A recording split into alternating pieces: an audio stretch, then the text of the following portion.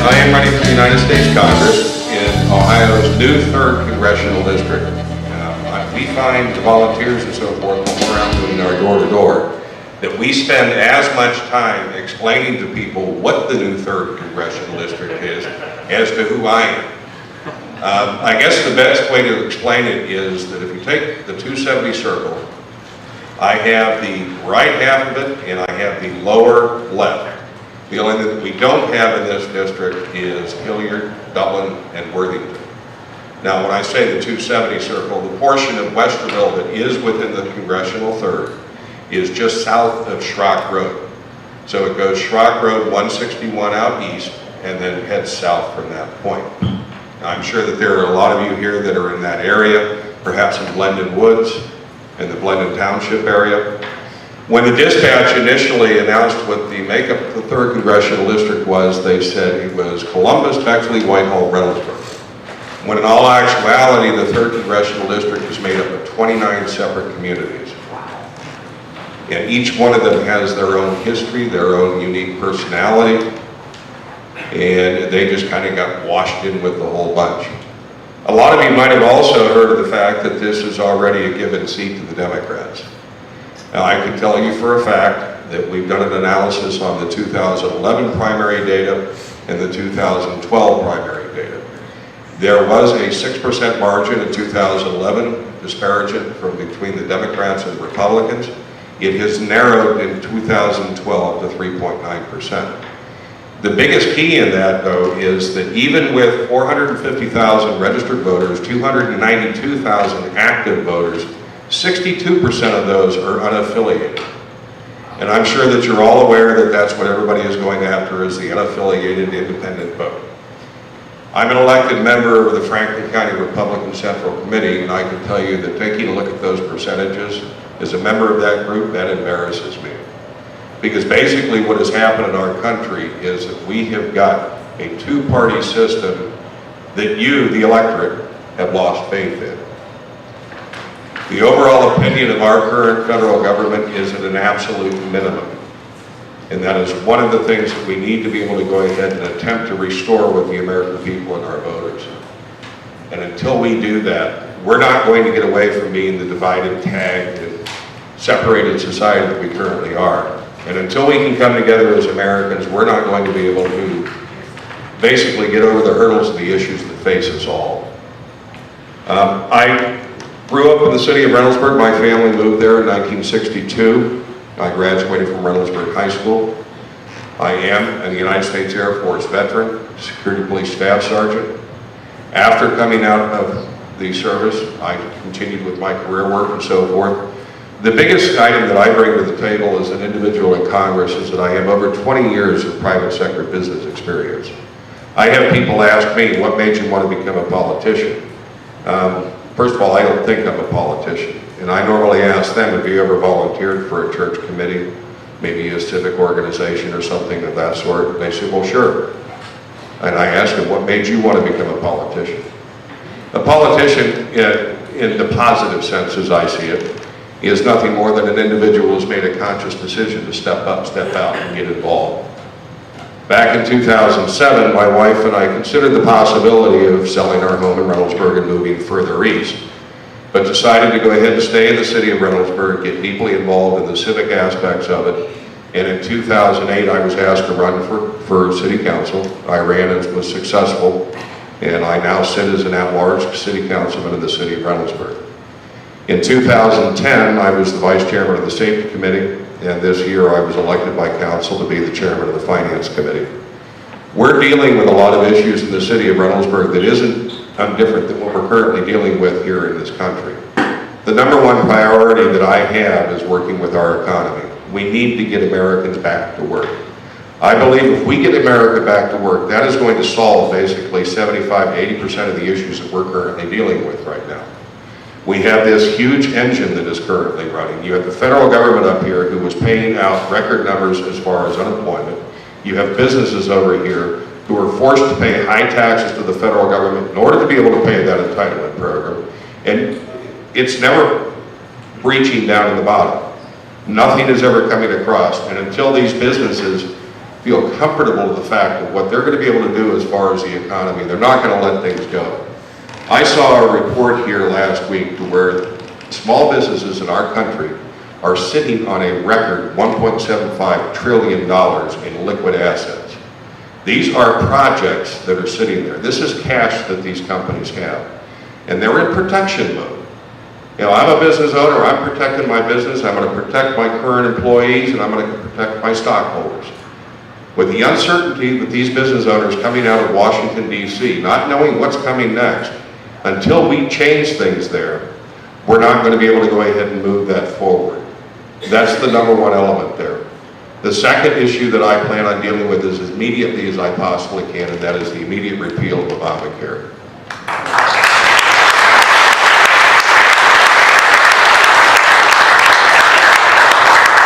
When you take a look at the 21 tax increases or additional fees that are going to be placed upon the American people and businesses, it is absolutely wrong for anything and for all the reasons behind it. You know, I am pro-life. I believe in the sanctity of the Constitution of the United States, and I believe that the law was unconstitutional to begin with, in forcing an American to purchase something that he didn't want and he didn't ask for. When you take a look at what's going to be happening as far as the Obamacare, the now projected cost over what was originally projected at $800 billion is now well over $1.7 trillion over 10 years. We cannot afford that. The other issue that's wrong with Obamacare is that it doesn't address any of the underlying issues that we're all now facing as far as the cost of our health care, the cost of our health insurance. And until you identify those, you're not going to be able to go ahead and directly address what the overall aspect of what we're dealing with now as a people in our health system. The number two issue that it doesn't deal with, and I see a lot of individuals around here that are about my age, they've already done studies and taken a look that as soon as the baby boomers begin to roll into the later years with the health care, there are already, just without doing anything at all, projected shortages that are going to begin to hit our healthcare infrastructure. Doctors, hospitals, clinics, nurses, specialists, surgeons. By 2025, we're already, with our current system now, going to be in a position to where we're going to have long lines, we're going to have long waits in order to be able to go ahead and get service, diagnoses, surgeries, and things of that sort. You throw 32 million people into that, and you've now crippled our health system.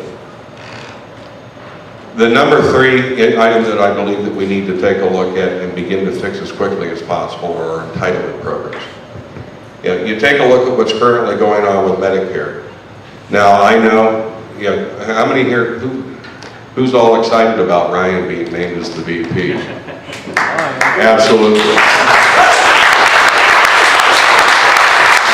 And the number one way that you can tell how effective and good he's going to be at what they plan for him is how loony the left has gotten as quickly as they have. When you take a look at the fact that you've got Medicare here, and in his plan, anybody 55 or older stays on Medicare. Anybody 55 or younger can either stay on Medicare or they can opt out into another care system to where they will be given basically a credit. And they'll be able to go out and purchase their own insurance. Well, the loony left is out there now saying that they're going to go ahead and get rid of Medicare. It won't exist as it is currently today. But then I thought about that, and it's like, well, okay, that's not a bad thing, because Medicare as it exists today is going broke. So if somebody's going to sit there and tell me that Medicare is still going to remain as Medicare, but it's not going to exist as it is today, that's positive. You look at Social Security. Now, we have to honor the obligations and promises that we made to our seniors who are currently in the program. But a young individual who's currently working 401k or something of that sort, if anybody had told me 30 years ago that I was going to get involved in an investment program to where I was going to make an average of 1.6% return on my money each year, I'd have fired my financial advisor. We need to change the system. We need to allow the individuals who are still within the beginning years of their working to go ahead and opt into other programs. But the number one thing, like I said, was to protect the people who are currently in there right now. Another element is Medicaid. Yeah, I first of all do not understand why we have an individual all the way over in Washington, D.C. in a bureaucracy of a department who is managing something that we know what's going on here in the state of Ohio. I would push immediately to have all responsibility for Medicaid put back at the state level and allow the state individuals to go ahead, the department's Job and Family Services to go ahead and administer that. Governor Kasich is already in the process of doing consolidations within the Medicaid and Medicare groups, because what we've currently got there are 6 or 7 agencies that a senior citizen will have to work with, depending on what it is that they're currently dealing with. It's confusing, it's cumbersome, and a lot of times it's frustrating that people just give up. With a consolidation, they're going to be able to save additional funds coming directly back into the state of Ohio. I screened with the dispatch last Thursday afternoon, and for those of you who don't know what that is you sit down at the table and then people just fire questions at you. The way the dispatch does theirs, though, is that they had my opponent sitting right next to me.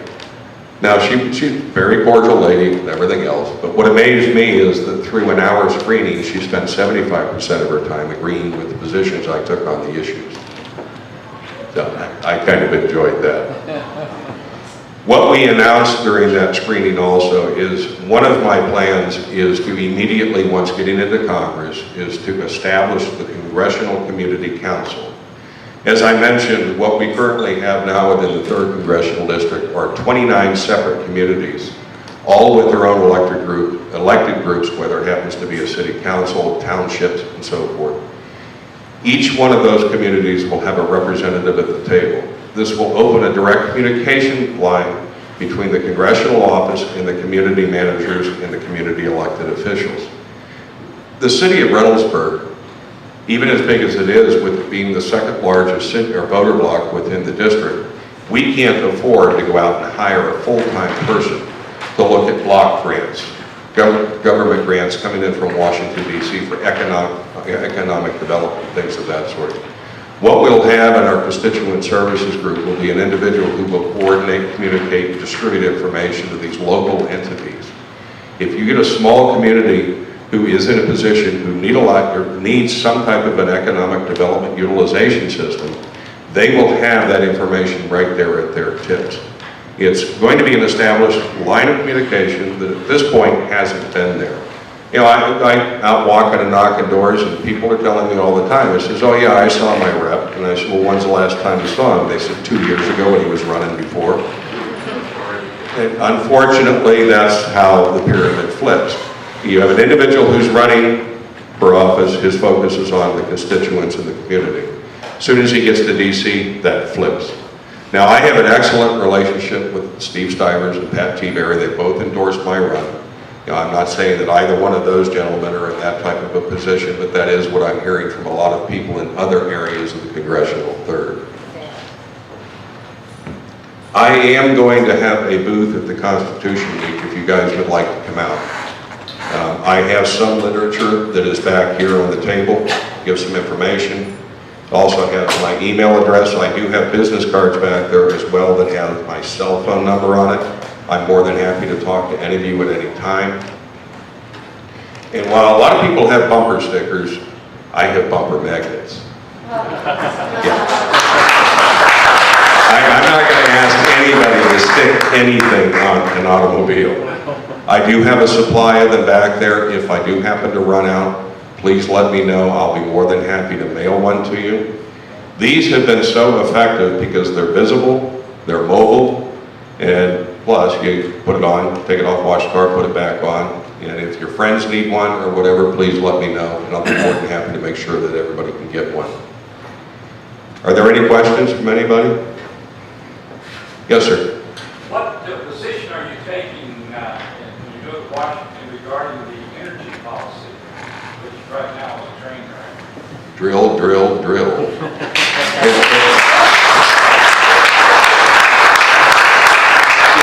You take a look at I'm not going to say they're all bad, but the world is a dangerous place. And for us to put ourselves into a position to where we are so critically rely on other individuals. When I say other individuals, I mean other countries for our energy resources, oil, gasoline, and things of that sort. A lot of these people at different times over history have not been friendly to us. And I think it's a responsibility on the security aspect of our country to go ahead and develop and go ahead and produce our own energy as much as we possibly can. And everybody who can possibly afford the day on election day should get involved. In other words, truing the vote. They're asking for people to go in and be poll watchers. I know the Franklin County Republican Party is actively recruiting people to do that as well. I'd have no problem whatsoever if we went with a national ID card. You know, you then know that the individuals who have it are, in fact, U.S. citizens and have the entitlement to vote. Right now in the state of Ohio, they don't even have to have the driver's license. All they do is walk in and show a utility bill that has a current address on it. Now, they do get into situations that if they're unable to prove that, then provisional ballots are issued and it gets complicated along those lines. But I would support a national ID card. One more? Yeah, right. Yeah, they're going to backdoor it any way that they possibly can. They can sit here and say, okay, yep, you guys can go ahead and own all the guns you want, but we're going to outlaw the bullets. You know, or things of that sort. It's a part on our part of being vigilant on the elements of what it is that, number one, we can do and what we believe they're doing, so that we can make sure that we as individuals in here can educate other voters to make sure that these things don't happen. One real quick announcement. I don't know if you two ladies and gentlemen have noticed my two nephews over here. I just wanted to say hey and thank you to Eric and Troy. Thank you very much. Thank you, Chris. How can, especially those of us who live south of Schrock Road, but how can we help you? And can I have the magnetic bumper sticker? We're going to be, what we're currently doing right now, because we're getting into the end run as far as the election, we're running low and mean and fast. What we've done is we have taken the database as far as the active voters. We've isolated what we call angels. These are homes that have 2 or more voters in them, Republican and Independent. What we're going to be doing are targeted literature drops. And what we'll do is we'll come in. I'm not asking you to knock. I'm not asking you to talk to people or anything of that sort. Our idea is to get my name, get my face in front of people as much as we possibly can. So what I'll do is we come into the Blended Woods, we'll probably, because we are only Schrock Road and south to 270, we'll probably go ahead and put Westerville into Blended Township and around in that area there. Great. Well, Chris, good luck. Congratulations. Thanks for coming out tonight. And please chat with Chris afterwards before you leave if you feel like helping and so forth. So and make sure you talk to me.